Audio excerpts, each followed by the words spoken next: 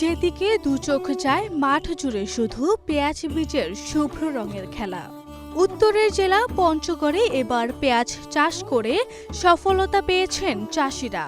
চৈত্রের প্রখর রোদে তা পরিচর্যায় ব্যস্ত সময় পার করছেন তারা। কৃষকেরা বলছেন প্রতি বিঘা জমিতে ৯০,০০০ থেকে ১,০০,০০০ টাকা খরচ হয়েছে। মাটিতে পেঁয়াজের কন্দ আর ডগায় পেঁয়াজ বীজ, ফলে অন্য ফসলের তুলনায় দ্বিগুণ লাভের আশা করছেন কৃষকেরা। এবারে আকাশ অনেকটা ভালো আছে, ভালো হওয়ার কারণে এবারে একটু বেশি ফলন হবে বা লাভ একটু বেশি হবে। আগে তো অনেক বিদেশ থেকেই পেঁয়াজের বীজ আসতেছিল, ফসল ভালো হচ্ছিল না। এখন তো দেশি পেঁয়াজ বের হওয়াতেই অনেক ফসল বেড়ে গেছে। ৩ বছর যাবত এই পেঁয়াজের বীজ আবাদ করতেছি।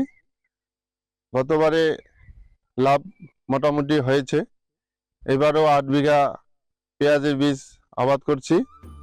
কৃষকদের মাঠ পর্যায়ে কারিগরি সহায়তা ও বিভিন্ন প্রকল্পের মাধ্যমে প্রণোদনা দেয়া হচ্ছে বলে জানান এই কৃষি কর্মকর্তা।